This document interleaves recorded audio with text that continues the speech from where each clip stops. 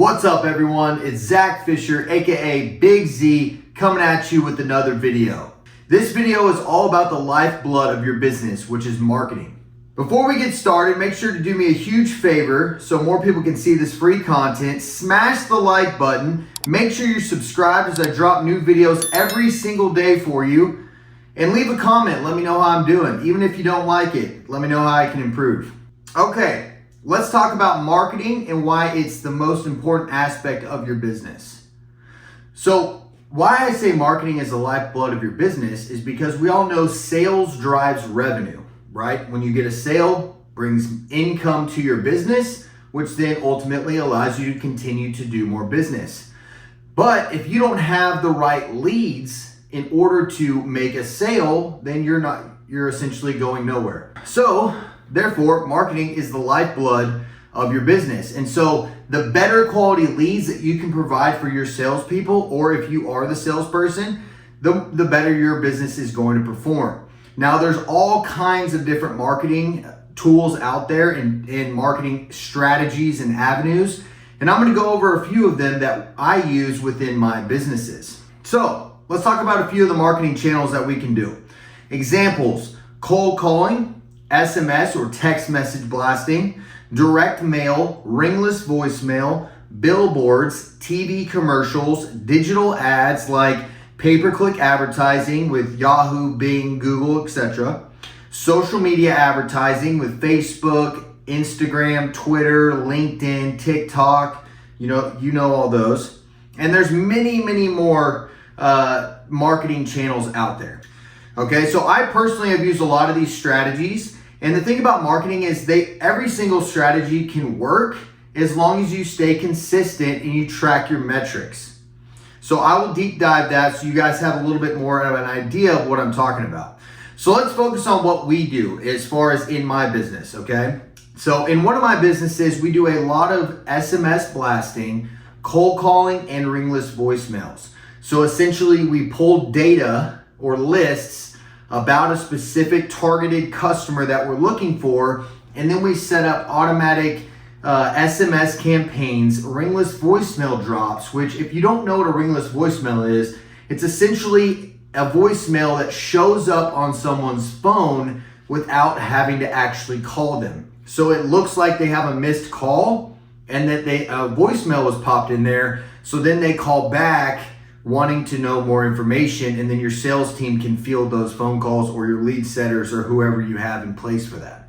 And then we also do cold calling. And so that is what we do on one of my businesses. Now, another one of my businesses, we do a lot of digital marketing. And what I mean by that is we do YouTube ads, Facebook ads, Instagram ads, and pay-per-click advertising, as in Google ads, Bing ads, Yahoo ads, etc. So let me break those down, because personally, I think those are the best types of marketing, at least that I do personally. So let's talk about YouTube. So YouTube, we do most of our business on YouTube because it is a search engine. Just like this, if you guys want to find out about marketing, you're going to type in how to market for my business, and this video will pop up. If someone is going to be looking for a specific product or service, and they have been searching for that on YouTube, your ad will start to pop up for them and for that specific targeted customer. So it really makes it to where it's geo-targeted for that specific person. Now, what we've discovered about YouTube ads is these people are very interested in purchasing, or at least looking at your specific product or service. Now, of course, sales is a whole different video that I can do. And if you want me to do a video on sales, drop a comment and let me know. We do over 8 figures in sales in one of my businesses. So I can definitely teach you guys on the tips and tricks of sales and how to build a sales team. But we have found that YouTube ads, these customers are very interested in making a purchase. So let's talk about Facebook and Instagram. Now, these ads are great, but they are not like YouTube in the fact that it's a search engine. These ads will just pop up on someone's Facebook feed or Instagram feed, or even within stories or within Messenger app, but you cannot discriminate. As in, I cannot say that, okay, hey, if I sell solar panels, I can't say, hey, I want the person to own the home, right? I want to make sure that they actually own a house. I can't discriminate in that way. So people who are renters, people who don't even own property will also see your ads. So it's not as beneficial necessarily as a YouTube ad. So we spend a lot more money on YouTube than we do Facebook, but you also are going to reach a different audience that might not be on YouTube. Something that we have discovered about Facebook clients is a lot of times they're what we call looky-loos.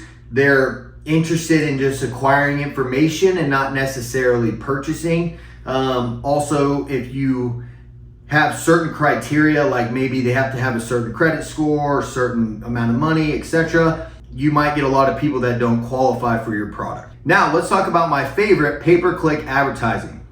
I personally believe this is the holy grail of marketing strategies. The reason being is Google is enormous. They have an enormous amount of data points on every single human, pretty much, I'm sure, on the planet. And therefore, if you're speaking about a specific product, or you search it, or you are watching videos about it on the internet, whatever it is, Google gets that information and they can start targeting those specific ads to you, right? So if you are selling solar, let's say, and somebody types into Google about solar, now your ad can start popping up for them, which makes it super cool. So I'm sure you guys know that Google owns YouTube, right? So YouTube is very similar in a search engine as far as on the YouTube platform. Now, the main difference is that not everyone goes to YouTube, right? Pretty much everyone goes to Google or some sort of search engine like Bing, Yahoo, DuckDuckGo, whatever, and looks things up. So when they do that, now your ad can start popping up for them, making it very advantageous for you as the business owner. Let's talk about benefits of these, okay? People are coming to you saying they are actually interested in your product. You didn't cold call them and, essentially interrupt their day, asking them if they are interested in your product. You actually ran an ad. Think of it as a digital TV commercial where the customer then gets interested and says, yes, I am interested in this product, fills out a web form, and then that lead gets sent to you. You now have permission to hit them up as many times as you possibly want to. See, the thing is with cold calling, SMS, ringless voicemails, etc.,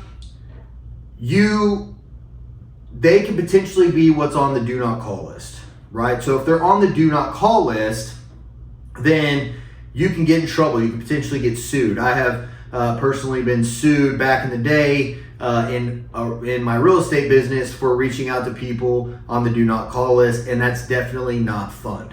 Also, another benefit to digital ads is these are usually hotter leads, as in they convert better.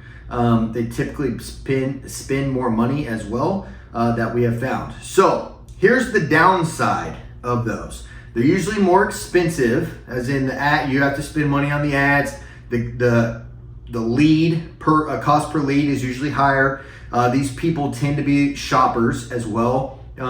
If they're willing to fill out a web form on your website, they're probably willing to do that on other people's websites as well. And you need to have a healthy budget to really scale, So in one of my businesses, we spent over $250,000 last month on digital ads alone. And that is definitely, a healthy budget, right? A healthy marketing budget. Now, of course, there's people spending millions upon millions of dollars. I'm just saying, if you're sitting here like, wow, Zach, I don't even have $5,000 to spend on marketing, that marketing strategy might not work. So let's talk about what you should do if you have a smaller marketing budget. This is what I personally would do if I had a smaller marketing budget. I would focus on cold calling, SMS marketing, and ringless voicemail marketing. Now, I know I touched on those a little bit, but let's talk about the pros and cons of those, okay? Pros and cons. You have to go through a lot of contacts to find quality customers, right? You have to essentially pull a lot of data, hit up a lot of people, because you're essentially sifting for gold, right? Have you guys ever seen that, where they have that little metal net thing, and they're going through, and they're in the river, and they're essentially taking it and they're scooping up a bunch of dirt and mud and they're shaking it through, and you know, all the mud and dirt and everything falls through the cracks, and then what's left is like rocks and or gold, right? And so that's what you're essentially doing. You're having to sift for the quality customer. And so you might have to make 1,000 phone calls before you actually find a quality lead. And this is where in my business we have lead setters, people who spend all day long cold calling, going through those numbers. Then when they find somebody interested, they set up appointments for our closers. So that's a totally different video that I can do. If that's something you guys want me to talk about as far as our system on sales and closing, drop a comment. I'd love to make a video for you guys if that's something you're interested in. Next thing, you run the risk of hitting people on the do not call list and getting sued, like I had spoke about earlier. There are ways out there, like if you do what's called skip tracing your leads, which essentially means you're getting the phone number and you run it through a website like Lead Sherpa. They actually scrub the do not call list for you. Otherwise, there's softwares out there that you can get in order to do that. I highly recommend it. Don't be cheap, guys, because you know, if you have to go to court, or if somebody serves you and says, hey, pay me $5,000 and I won't sue you, well, it would have been a lot cheaper had you spent an extra 10, 15, 20 cents a lead from the beginning, so that you don't have to go through that headache. Plus, just the mental aspect of getting served is not any fun. And then another pro is that these are typically cheaper leads, right? So therefore you can generate more leads at a cheaper cost, but like I said, you do have to go through a lot of leads. Once you have picked your marketing channel, here are a few strategies for success.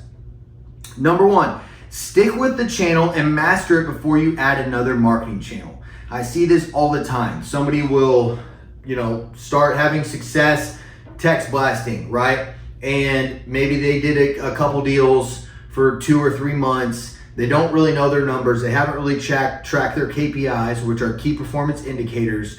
And then they're all of a sudden like, oh, I'm gonna go add PPC now, right? And then I'm gonna go set up a billboard. And then I'm gonna do some direct mail. Guys, build up one marketing channel, get very, very good at it. Master that marketing channel. If it's gonna be cold calling, master cold calling. Do 6 figures in just cold calling. Then, after you have built your business around cold calling, start adding other avenues. Now, there are strategies out there. Obviously, if you're gonna cold call, you might as well text them at the same time, right? You might as well do a little bit of a ringless voicemail at the same time to the same lead, right? Because you're just hitting them in a little bit different way. But if you're adding, say, digital marketing YouTube ads, well, now you're getting a totally different customer base. And so you're essentially spreading your marketing budget too thin if you don't have a healthy marketing budget. Number 2, make sure you know your KPIs for your marketing. Okay, what KPIs are key performance indicators. These are the metrics that you need to know in order to scale your marketing. So what are they essentially? What are your metrics? Well, the most important KPI is your cost of acquisition. Okay, and what cost of acquisition is what does it cost you to acquire a customer? Okay, cost of acquisition, right? Acquiring a customer. You always hear Mr. Wonderful talk about this on Shark Tank, right? He'll be like, if you guys have ever seen Shark Tank, he'll say, I want to know your sales numbers, right? And then they'll tell him the sales numbers. And he says, well, what's your cost of acquisition? How much does it cost you to acquire a customer? Because if your cost of acquisition is too high, then that can be the sole reason why your business is not working, right? Is why it's failing. If, let's say it costs you $5,000 to acquire a customer, but you're selling your product for $6,000, well, then you only have $1,000 profit. That's not a good business. But if you were able to drop your cost of acquisition down to say $2,000 and your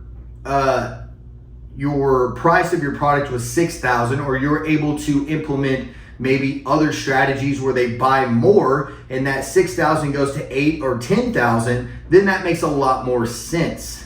The second one is your cost per lead. So this allows you to know if you're spending too much on leads or if your ads are not converting, right? So if you're looking at, okay, it costs me $70 a lead, and then next thing you know, it jumps to $200 a lead, you can start to figure out what is the disconnect. You know, like this has happened in my business where we were at around $100 a lead, and then it jumped to $200 a lead, and we realized that we had an entire pipeline that was the flow into our CRM was messed up. And so we were essentially losing 1,000 to 2,000 leads over the course of that month that we never even got to touch. And so, of course, our cost per lead started going up, so our COA started going up, and it just jacked up the entire process. Or if you are acquiring too many leads for your team to handle, that can also be another bottleneck for you as well. And then number 3, leads per deal or leads per contract or leads per sale. This is how you figure out your cost of acquisition. Okay, you need to know that number. So if it costs you $100 a lead and it takes 10 leads to get a deal, then your cost of acquisition is $1,000. Okay, so if you guys track those numbers over the course of time, say, 3 months, 6 months, and you really know that data, then you know that you're able to scale based off of that information. So here's some marketing strategies that you're gonna want to know for your business, okay? Number 1, you want 25% of your budget to be spent on marketing. Marketing is the lifeblood of your business, okay? If you are not getting quality leads for either yourself or your sales team to close, then you're not generating revenue. And then if you don't generate revenue, essentially your business is going to die, right? So therefore, marketing is key, because a great marketer will always beat a great salesman, because a great salesman is handicapped by the marketing, So if you have really great salespeople and you're giving them terrible leads, they're not going to be able to close them. But if you have even average salespeople and you're giving them really good leads, they will seem like better salespeople because of the quality leads that you get. So as you do more business, that percentage point will lead to a larger amount that allows you to spend more on marketing. So if you are essentially, say you do $100,000 of business and you're able to spend $25,000 on marketing, and then that $25,000 generates, say, $125,000 in business. Now you're able to spend more on marketing, and it's just how you gradually grow your business. Because here's the thing, some months are going to be better than others, even if you spend the same amount of money. And so that's why if you have a healthy budget that works within your business and you're still profitable, you want to be at least 35% profitable. Now, that's hard for me to say because some businesses are different. I mean, restaurant business is like 15% profitability. So depending on what your business is, I always try to make sure that mine is at least 35% across all of my businesses. So number 2, after you master one channel, you can bring on another channel. I would recommend going to digital ads as soon as you can. This will allow you to scale easier than pulling lists and cold calling, across various areas. So let's say you're in real estate, right? You started off in Dallas, Texas, and then you wanted to go to Houston. And then next thing you know, you wanted to go across the entire state of Texas. It's very difficult to pull lists throughout the entire state of Texas. It would take a lot of time. It will cost a lot of money. Whereas you can just run an ad that blankets the entire state of Texas for much cheaper at that point, right? Now, if I want to geo-target and run ads just for Dallas, Texas, my ads are gonna be a lot more expensive than if I just pull lists there. So there's different marketing strategies, right? If I wanna run digital ads across the entire United States, that's a huge area that my ad is now covering. I can probably get leads anywhere from $40 to $70 a lead versus trying to pull lists in every major city across the United States. I'm gonna spend hundreds of thousands of dollars doing that. But I do have a hack for you. So make sure you keep track of your buyer data. So if you started off doing cold calling, SMS, ringless voicemail, billboards, whatever it is, and you wanted to go to digital ads, make sure you keep all of the information about everybody that you did business with that was a customer, because then what you can do is you can take that list, upload it into your Google Ads, and now you have created a buying avatar, a customer avatar for your ads, so it kind of kickstarts that momentum for you. And then number 3, eventually you want to implement systems on the back end like funnels to qualify your leads better before they hit your CRM. CRM is a customer relationship manager, and so I feel like everybody goes through this at some point in time. They kind of you have to learn the hard way, but you just start getting a bunch of customers, right? And the next thing you know, this customer's credit score isn't high enough, or this customer doesn't have the money to do it, or this customer doesn't even live in the right area. And next thing you know, you're like, okay, I am spending money on every single lead that I'm acquiring, and these leads are not leading to anything that I can do. So then what you do is you implement a funnel that qualifies your customer beforehand. That way your salespeople aren't inundated with a bunch of bad leads. After you're doing well with paid marketing, you will want to start implementing social media marketing, okay? Now that's a video for another day, but social media marketing is one of the most powerful forms of marketing, because as I make this video will be on YouTube for the rest of time. As long as YouTube is available to us, this video can be searched. This video can be found a year from now, 2 years from now, 10 years from now, etc., and continue to drive leads for my business. So if that's something you guys want me to do a video on as far as social media marketing and how I did over 7 figures in business last year just from Instagram, then drop a comment, let me know. I'd be more than happy to do that. Or I can also create other videos like sales, how to build a sales team, how to sell yourself as far as individually, and how we're doing over 8 figures in one of my companies right now this year. So anyways, guys, I hope you guys enjoyed the video on marketing. Drop a comment below, smash the like button, let me know what you thought about this video and what you want me to make next. Make sure you subscribe, because I do drop videos every single day for you guys. Thank y'all so much for tuning in. Watch the next video. Big Z out.